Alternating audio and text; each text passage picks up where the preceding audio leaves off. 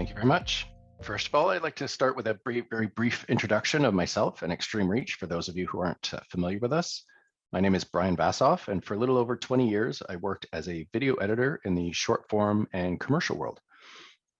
A lot changed over that time, and it was pretty fascinating to be part of that evolution. And through the second half of that period, my role drifted slowly towards supporting the infrastructure that was required to run a facility with 7 full-time editors and 18 workstations, all attached to shared storage and working on common projects. This experience drove home the need for clear organization and consistency among multiple users and showed the positive impact of good asset management can have in that kind of environment. This post-production team joined Extreme Reach through acquisition and led to some very natural extensions and merging of workflows. Skip forward a few years, and I'm now thrilled to be the VP of Product for Asset Management at Extreme Reach and working full-time on this video-first asset management solution. Extreme Reach covers a wide range of services from TV spot distribution, digital ad serving and campaign monitoring, talent payment, rights management, crew payroll solutions, physical storage, and of course, asset management, in addition to many other services. I'd encourage you to check out our virtual booth here at the festival to find out more about us. And we'd love to hear from you. Wherever you're connecting from, thanks for joining me on this session. I've been told that because we only have 20 minutes, we won't be taking live questions at the end. So I'll encourage you to make notes of any questions and reach out to us afterwards. Let's get started. Video is complex and big and getting bigger all the time with new camera formats shooting ever higher resolutions. The infographic we're looking at here shows the relative size of 1 hour of footage in various different formats. And yes, there's at least one 12K camera already on the market. So this trend towards increasing file size is not stopping. For the rest of this tech lab, I'm going to talk about one strategy that can be applied to video assets to optimize cost, availability, and security. This strategy is embedded into many Extreme Reach customer implementations and can be used anywhere from a single person operation, a Predator, that's a producer editor all in one, all the way up to large multi-seat environments and studios using one or more DAM technologies. This strategy is designed to exploit the best features of different storage platforms while still maintaining a single point of reference into this ecosystem of assets. Asset management provides the mechanism to access final, fully approved creative, but also to reuse raw footage in future projects or for making changes into an existing piece of creative that needs to be quickly repurposed. Asset management platforms that also tightly integrate with talent and rights tracking information make this an even more valuable resource for brands, agencies, and those predators out there. Having a strategy on what to include in your DAM needs to balance many factors. A lot of them come down to math, but it's not real math. It's more like math from someone who spent 20 years working in an edit suite. It's not really math at all. It's more like a series of questions. If I could somehow turn those questions into equations, I would make an app and I'd retire on the 99 cents per purchase. Now, we'll review them one by one with a particular focus on video assets. First off, how many assets are in my universe? This covers all the assets you need to keep track of, including finished versions, production elements, raw footage, and even the hard drives that contain material, all need to be accounted for. How big are they? File size is a function of resolution, HD, 4K, or 8K, times bitrate, which is determined by the codec. ProRes is much bigger than H.264, times the running time. In the commercial landscape I came from, the running time of finished content was tiny compared to the hours of source footage that was often created for these 30 seconds or shorter commercials. How often do I need to access content? Depending on how frequently you need to get at that stored content, daily, weekly, or just on occasion, will be an important factor in our formula. What's my tolerance for time to access content? This tolerance has some big implications later. If the business requirements dictate instant access to full resolution content, that limits some of our options for creating more cost-efficient storage strategies. But I'll come back to this a little while with some options. What's my tolerance for losing data? The easy answer is nobody ever wants to lose data, but if that's an actual business requirement, we need to be very deliberate about ensuring we have a secure storage strategy. What's my budget and what's my bandwidth? These two go hand in hand and will determine what kind of steps we really need to take to optimize those storage and bandwidth costs. With these questions in mind, we can move on and quickly review some of the common storage technologies in use today, and specifically thinking about them in the context of online and offline categories. Online meaning assets are available on demand with no other delays or interventions required. And offline meaning we have something sitting on a shelf somewhere that needs to be plugged in order to get at the data. First off, we have cloud storage. When money and also bandwidth are no object, cloud-based tools provide many advantages. There's near infinite scalability, geo-duplication for redundant storage, relative ease of provisioning additional storage. The truth is that cost and bandwidth are usually limiting factors as the size of libraries start to grow. It goes without saying that cloud storage in this context relates to the online category. Local storage in the form of NAS or SAN platforms also have the strength of quick access to large files inside a facility, but it's very costly to scale and maintain and often can't be efficiently shared outside the facility. We aren't getting less data, so these platforms need to continually scale up. This type of storage is also an online category of storage, since the files are instantly available, even if they're constrained within a facility and not available to offsite or remote users. Hard drives. Hard drives are often used as an archive platform since they're so easy and relatively inexpensive. But standalone hard drives have a surprisingly high failure rate. The more drives you have in your library, the more likely one of them might not spin up the next time you plug it in. One popular cloud storage provider publishes a quarterly analysis of hard drive reliability. And they found after 6 years, a higher than 6% failure rate. If you can see yourself working on 20 projects over a course of 6 years, imagine one of those projects having a problem and suffering data loss. These numbers are a significant improvement from previous published results that showed only 80% of drives lasting longer than 4 years without errors. But before you swear never to use a hard drive again, you should know that not all failures are fully catastrophic and some are recoverable. But any of these events have the potential to lead to data loss. Next in line, we have LTO, which stands for Linear Tape Open. LTO is a tape-based data storage platform that provides the benefits of a familiar folder-based system with a more robust storage medium that has an estimated shelf life of 30 years. The trade-off, LTO libraries aren't real-time. They can browse a file system just like a hard drive, but in order to make use of one of those files, you need to copy it to local or network storage. They're also limited to being viewed on a computer that's equipped with an LTO drive, or it's in a larger scale LTO library system. Hard drives and LTO are both usually considered offline storage platforms, unless they're indexed, and those indexes are made available online. This combination of online visibility into offline assets is what we're referring to here as Nearline, a way to bridge the gap of visibility and access versus massive online libraries. With the answers to that first set of questions in mind and a knowledge of different storage platforms, you might be asking, which platform should I pick? And the answer is you don't.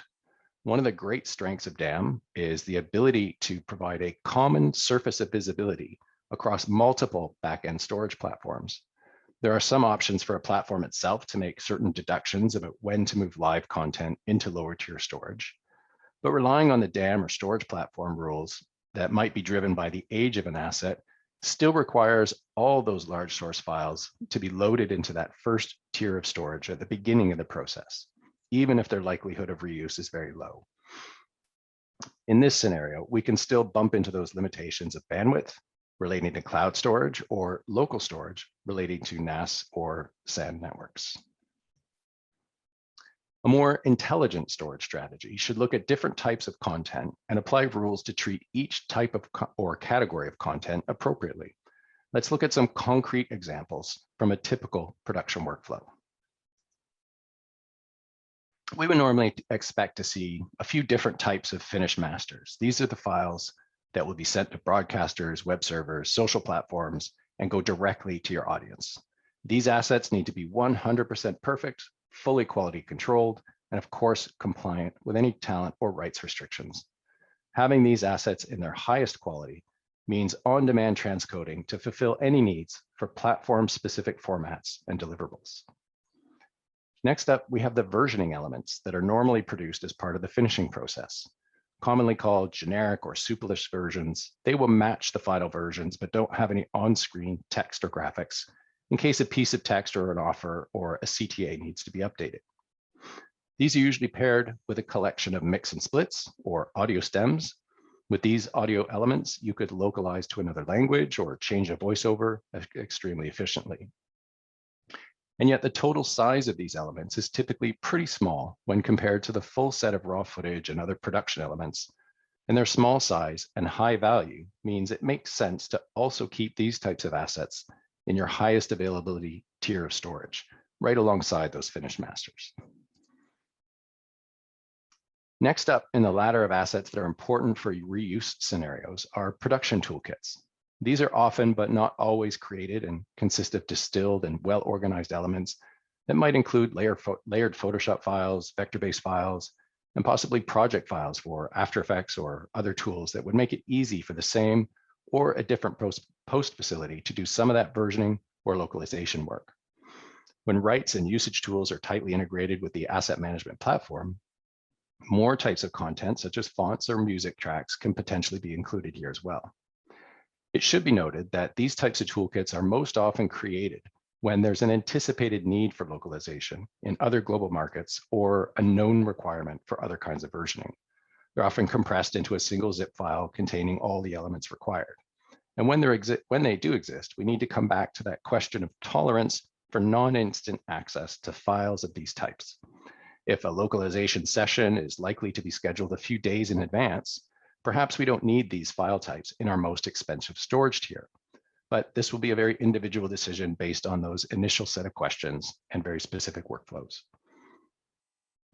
Next might be a much larger and usually less meticulously organized set of project and graphic files that went into producing the original creative. We often see lots of in-progress work. You shouldn't be surprised to see inconsistent or strange file naming, lots of V1, V2, final revised V3, that kind of thing in this collection. We would also expect this to be a much larger collection of files that make it less appropriate to share outside the post facility that created them. There's often many unapproved versions or working files that might actually be detrimental to the brand if they were shared. So the priority for these types of assets is secure long-term storage, likely with some tolerance for non-instant access. If this sounds like LTO is a good fit, that means you've been paying attention. It'd be pretty common for a post house to deliver these elements on a hard drive, but keeping in mind those hard drive failure rates and your tolerance for data loss, an extra step of a clone to LTO would add a layer of security here. And while not specific to a DAM platform, it's an important step to consider. That act of cloning the drive is also a perfect opportunity to pull an index of the drive's full content to give visibility into the assets that won't be uploaded into the DAM platform. I'll talk more about that in a minute. Next up is another interesting category that spawns a lot of questions and opportunities for more efficient workflows: raw camera footage. All those questions from that first list come into play when thinking about how to handle the archive of raw camera footage. How much do we have? What resolution? This is where our archive can go from 20 or 30 gigabytes for a project into 3 to 10 terabytes of storage very easily. This range is not uncommon for commercial productions creating a handful of 30, 15, or 6-second creative. The size of these files is the first barrier to adding these to high availability storage. But in many scenarios, they can provide a rich library of footage, your own stock footage library, that could be reused in future projects, potentially saving time and production budgets from reshooting that product shot or ingredient falling in slow motion. I mentioned earlier that tracking rights and talent contracts as part of this workflow can help make that stock footage scenario very efficient. We have a couple of options with raw footage. One would be to have the editorial team to collect shots that appear to have reuse value and keep them aside. And while that's often an ideal place for those types of decisions, editorial teams can often be quite rushed or be billing at a very high rate and make it impractical to use their time to curate footage for possible reuse. Another option, if the likelihood of reuse is a little lower, or if the quantity of footage is extremely large, is to index that source content, as I mentioned earlier. Assuming the post facility has archived the final project to a hard drive or maybe even an LTO directly, that content can be indexed either as a simple image of a folder structure with all the file names, or as a richer document that contains film strip images of the video files found on the drive. These index files, typically saved as a PDF, can be loaded into the DAM for access and review. Another option is to create a proxy collection. Transcodes of those massive camera files are often created as dailies for rough cutting and post-production. Creating a second set of proxy files with a smaller file size can still give Blu-ray quality playable files suitable for reuse that become much more manageable to have in high availability storage. Matching file names to the camera source material means that it would be a very straightforward process to conform back to the camera originals if that was required. They can be restored from the deep storage formats while the new edit is being assembled from the proxy files. We can further break down footage into raw footage and color-corrected selects. A common solution to balance your storage footprint with access to a stock footage type of library is to leave the raw footage as indexed PDF material, but create proxies of the color-corrected footage in the most appropriate format for your needs. Those proxies can then be tagged with both project and shot-specific metadata. So we covered a lot of ground here so far, and let's take a minute to just review and recap what that looks like. Taking everything we just talked about into account, the DAM ingest workflow might look something like this. A hard drive arrives ready for processing. We would start by cloning the entire drive to LTO, and this meets our disaster recovery and fiduciary responsibilities. During the clone, we can index the content to a PDF file, either as a directory only or as a film strip with thumbnails. And then finished files, generics, mix and splits, and maybe toolkits, depending on the decisions we've made, would be uploaded to the DAM platform in full resolution. Color corrected shots or selected footage can be uploaded as a proxy format at this stage as well. Again, finding a nice middle ground of Blu-ray quality or slightly higher, slightly lower, depending on the size of the footprint you need to achieve.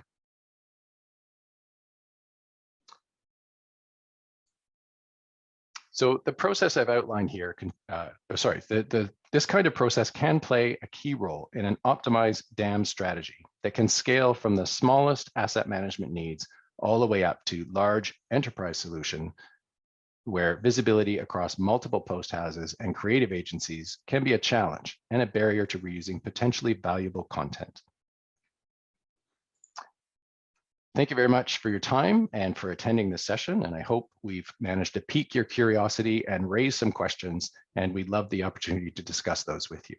Please drop by our booth and share any comments or questions you may have about optimizing your use of different backend storage options. And I hope you enjoy the rest of the conference.